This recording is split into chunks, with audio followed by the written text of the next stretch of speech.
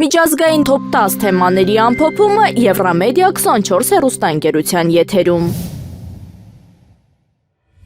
ԱՄՆ նախագահ Դոնալդ Թրամփը հայտարարել է, որ չի շտապում Իրանի վերաբերյալ որոշում կայացնել։ Սպիտակ տունը շարունակում է քննարկել հնարավոր ռազմական սցենարները։ ԱՄՆ ռազմական ուժերը պահպանվում են բարձր պատրաստվածության վիճակում տարածաշրջանում։ Պենտագոնը շարունակում է ուժերի տեղակայումները Մերձավոր Արևելքում։ Կոնգրեսում քննարկվում են ռազմական գործողությունների սահմանափակման հարցեր։ Իրանի իշխանությունները հայտարարել են, չեն ընդունի արտաքին ճնշում։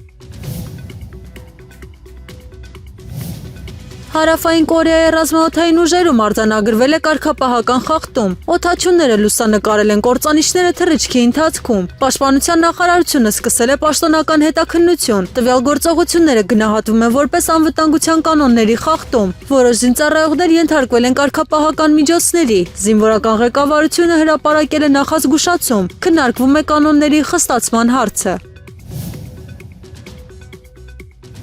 Ուկրաինայի առաջնորդ Վոլոդիմիր Զելենսկին անդրադարձել է Իրանի շուրջ իրավիճակին։ Նա նշել է, որ այն ազդեցություն կունենա միջազգային հարաբերությունների վրա։ Զելենսկին ընդգծել է, որ Ուկրաինան շարունակում է համագործակցությունը գործընկերների հետ։ Նա խոսել է անվտանգության հարցերի կարևորության մասին։ Նշվել է նաև տարածաշրջանային լարվածության աճը։ Ուկրաինան շարունակում է ռազմական և դիվանագիտական գործունեությունը։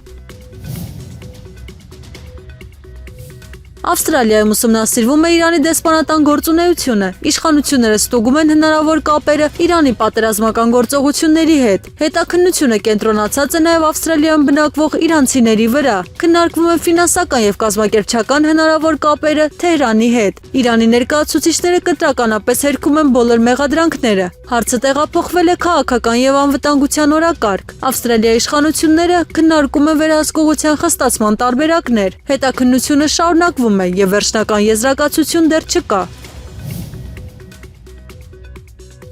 Մեծ Բրիտանիայում կրկին քննարկում է Եվրամիություն վերադառնալու հարցը։ Նախկին պաշտոնյաները ներկայացրել են իրենց դիրքորոշումները։ Հրապարակվել են համապատասխան գնահատականներ։ Տնտեսական հարցերը ներառված են քննարկումների մեջ։ Կառավարությունը շարունակում է իր քաղաքականությունը։ Քաղաքական շրջանակներում քննարկումները ակտիվացել են։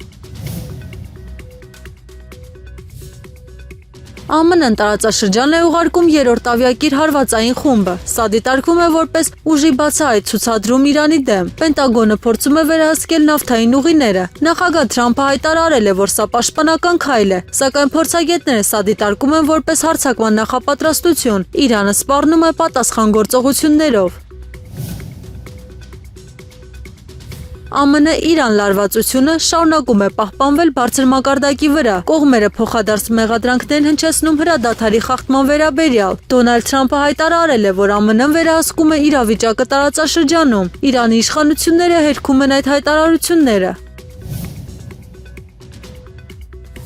ԱՄՆ նախագահ Դոնալդ Թրամփը հայտարարել է, որ ԱՄՆ-ն լիովին վերահսկում է Հորմուզի նեղուցը։ Հայտարարությունը հնչել է Իրանի կողմից երկու բեռնատար նավերի գրավումից հետո։ Դեպքը սրել է լարվածությունը տարածաշրջանում։ Իրանը շարունակում է գործողությունները ծովում։ ԱՄՆ ռազմածովային ուժերը ուժեղացրել են ներկայությունը։ Միջազգային նավագնացությունը բախվում է անվտանգության ռիսկերին։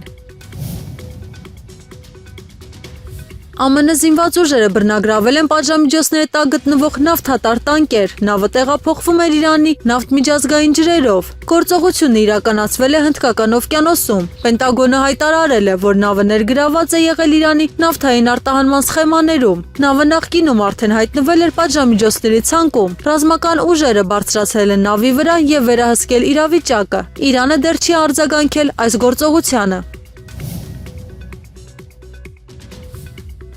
Պենտագոնի ներքին էլեկտրոնային հաղորդագրություններում քննարկվել է Իսպանիայի նկատմամբ հնարավոր սահմանափակումներ կիրառելը։ Խոսքը վերաբերում է ՆԱՏՕ-ից հնարավոր հեռացման սցենարին։ Քննարկումները կապված են Իրանի շուրջ աճող ճգնաժամի հետ։ ԱՄՆ-ն դիտարկում է դաշնակիցների դիրքորոշումների վերանայում։ Նամակում նշվում են նաև լրացուցիչ ռազմական և քաղաքական քայլեր։ Իսպանիայի մասնակցությունը որոշ գործողություններին դարձել է քննարկման թեմա։ Պաշտոնական որոշում դեռ չի կայացվել։ Գործընթացը գտնվում է քննարկման փուլում։